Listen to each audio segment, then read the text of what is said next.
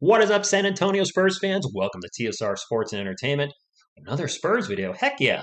I had a lot of fun doing last night's video, and one thing that I see coming up a lot is who do you think is going to be the starting lineup of the season? Who's going to start for the Spurs? Man, I don't know. This is why I'm making the video. Not only get my thoughts out on this, but talk to you guys about this because I think 4 out of the 5 spots are locked up. I think DeJounte Murray, Derek White, Keldon Johnson, and Jakob Poeltl are going to start. But that 5th spot, I'm really not sure. So we'll talk about that here. Drop a comment down below. Who do you think should start? Who deserves to start? Hit that thumbs up if you like to support the channel. Subscribe for more Spurs content. So let's get into the San Antonio Spurs starting lineup and depth chart. This is courtesy of ESPN. This is how they have the players listed, if you will, from starters to 5. And looking at this roster, looking at this depth chart, looking at the starting lineup, you know what it gives me? A headache. It gives me a headache. And before you comment down below, it's not a tumor. It's not a tumor at all. But seriously, I just kind of look at this roster and I think not only is going to be the 5th man starting, but who are going to be our primary players off this bench, especially at the forward spot. And I'm actually a little confused at the center spot as well. So let's break down the roster, break down the starting lineup, etc. So again, DeJounte, Derek definitely are starting. My goodness, I hope Derek White can stay healthy. He is a really good player, but man, he just can't stay healthy for anything lately, so he really needs to prove to the Spurs, the organization, and show the fans, hey, I can play a full season. I can play around 80 games, not be injured all the time. Coming primarily off the bench, though, this is where I kind of look and I'm like, all right, we didn't sign Bryn Forbes just to be a bench warmer. And he's a good three-point shooter. Yeah, I know he's lackluster on defense, and mainly he's just going to be out there launching threes. Is Lonnie Walker going to run the point? I know Lonnie's run the point before. I don't remember how many times it happened last season. Where does that leave Trey Jones and Joshua Primo? Well, I think it leaves them 2 in G League. And you know what, Spurs fans? I'll say this. I'd rather have Trey Jones and Joshua Primo get quality minutes in the G League with the Austin Spurs than sit on our bench and just twiddle their thumbs and think, man, I'm bored. Or go Spurs go. Or, man, Coyote really is the best mascot. I don't know. I'm just kind of I'm rambling there. But you get the point.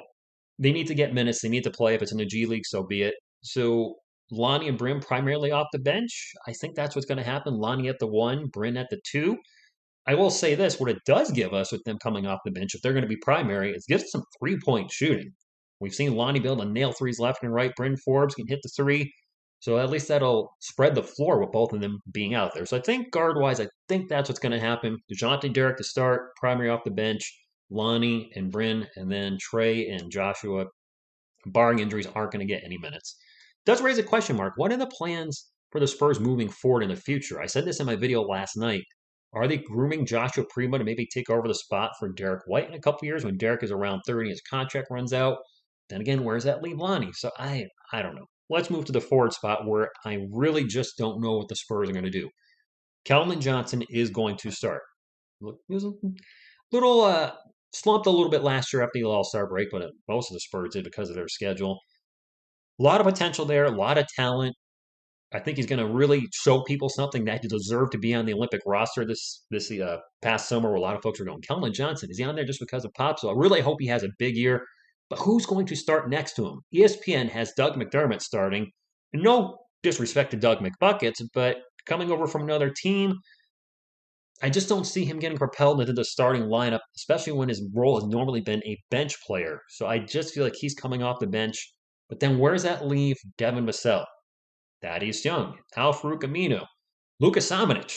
Who's going to be our starting forward? Zach Collins was listed as power forward last year, and he's at the height of a power forward, 6'10", and seems to be athletic enough. If he's good to go when the season starts, does he start at power forward? Because right now they have Keldon listed as a power forward, and as much as like Keldon, I feel like he's just a little too small. Not muscle-wise. The dude is jacked. He's definitely strong enough. But height-wise, ideally you want your power forward to be 6'9", 6'10", in my humble opinion. Of course, Charles Barkley made a career out of being 5'8". I'm just kidding. I'd rather see Keldon at small forward. I think with his strength, he could really muscle around other small forwards in the league and just have somebody that's natural power forward play that position instead of somebody slightly out of position. If Zach Collins is healthy and he's launching threes and looks good, maybe he starts at power forward. But again, who's primary off the bench? Where does that leave Doug McDermott, Devin Vassell, Thaddeus Young? We supposedly are shipping Thaddeus Young around, so are we going to trade some players? I feel like it's the same problem we had at the guard spot. When we look, we have a lot of guys that are good, but no guys that are great yet. And that's not an insult to anybody on the team. Just about everybody on this roster last season I saw go out, maybe have a 20-point game, 25-point game, and then the next game disappear. And that's why we had a losing record. The team was consistently inconsistent, and that's my one concern going into this season. These players are going to be fun to watch. I truly believe that. And that's why I'm excited to do Spurs content again, to do live streams again. But I also feel like we're gonna see those guys insert name here, have a big night, go for 30 one night, and then possibly put up a donut the next night. And we've seen that happen too. I think Lonnie did that last year. We went off for like 30, and the next night, I think maybe he'd been injured early, whatever it was. He went for 0 or 2 or just completely disappeared. And a lot of guys had that happen. Kelvin Johnson had a 20-20 game, the first player since Tim Duncan, 20 points, 20 rebounds. And then the next night, didn't really have it. And the next night he played that. Next time he played that same team, and I forgot who it was. Was it the Grizzlies? I'm drawing a blank. Let me know down below. He didn't really do a whole lot, and you were expecting a lot considering how much he did in that 2020 game. And again, I'm not trying to beat up the team, but it just game to game, it was different on who was going to be the leader of the team. The most consistent player last season was DeMar DeRozan, which he should be. He's an all-star, whether you say he is or not, ESPN or NBA, whoever, he's an all-star caliber player, and he was fairly consistent throughout most of the year. Yeah, he had his ups and downs, but the rest of the team, even sometimes in the same game, DeJounte Murray had 25 points, I think, in the first half of one game, and Yak had like 20. And then in the second half, they both just disappeared. Is that because of the players? Is that because of the play calling? And Pop just said, okay, we're going to try to get other players involved. It's very frustrating, and maybe I'm rambling getting off subject, but when I just look at this team and I see potential, but I just see inconsistency. It drives me crazy. And then Pop last season drove me crazy a little too with having the players have the hot hand and then pulling them out because he wasn't rotating players based on how they were playing so much. It felt like they're just going, it's that 6-minute mark. Patty Mills has got to come in. Yeah, DeJounte, I don't care. You're balling right now. You're on your way to a triple double. You're out. Patty Mills is in, and I hope that changes this season. With all due respect to Pop, who's the greatest San Antonio Spurs coach of all time, and one of the greatest coaches of all time. Period.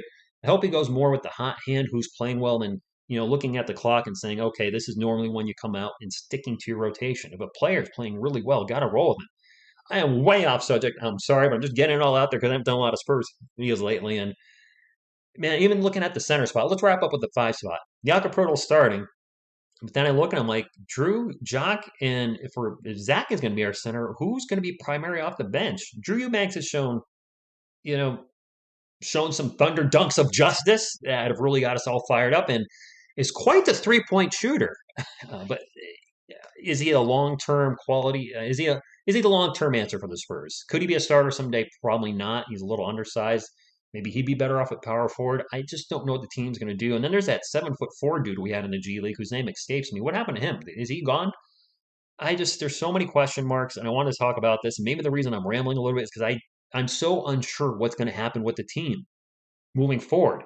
Is this going to be like really last year and year before, where Pop was, especially not last year, but the previous season, where Pop was constantly tinkering with the lineup? Are we going to see a fluctuating forward? Kellen's going to be at one spot, and then maybe he'll try Doug one night. Maybe another night he'll try Thaddeus if he's still at the team when the team starts. Maybe he'll throw Lonnie in there at small forward. Maybe he'll start Devin Vassell here and there. I'm so unsure. And I think that's what I get the vibe from you guys a lot in the comments is you're kind of like, I like the talent, I like the youth, but I'm kind of unsure about some things moving forward in the 2021-2022 season. Sorry if this video is longer than expected. I really was expecting to hit this pretty quick, but when you start talking about the team, you start realizing there's a lot going on, and there's a lot going on with this team right now. And hopefully there's I'm still rambling. I'm sorry. Hopefully we surprise a lot of people. Let me close with this. A lot of people are projecting the Spurs to be a bottom 4 team, and I get it. They look at the roster and they say there's really no all-stars on the roster. Veteran leadership, there's not a lot of veterans. Last year was Patty, Rudy, DeMar, and Marcus, at least at the start of the season. You look now, our veterans are all pretty much under 30. But you know what? Pop and the Spurs have always found a way to, for the most part, win. The last 2 seasons have been rough, but if anybody can turn coal into a diamond, I feel like it's Pop in the organization. And it's going to depend on the players in the end, though. Are they going to step up? Are they going to find consistency? That is the key more than anything. This team showed us last year when they're playing well, all of them playing well and together, and being consistent, they could beat any team in the NBA. And they could also they showed us last year that they could go out and put up a complete dud against the worst teams in the NBA. And that's the most frustrating thing when you know you have the talent there to win and it's just not showing on the court. Hopefully they put it all together. I'm going to stop now. Sorry for the long video. Thank you all so much for tuning in. As always, go Spurs, go!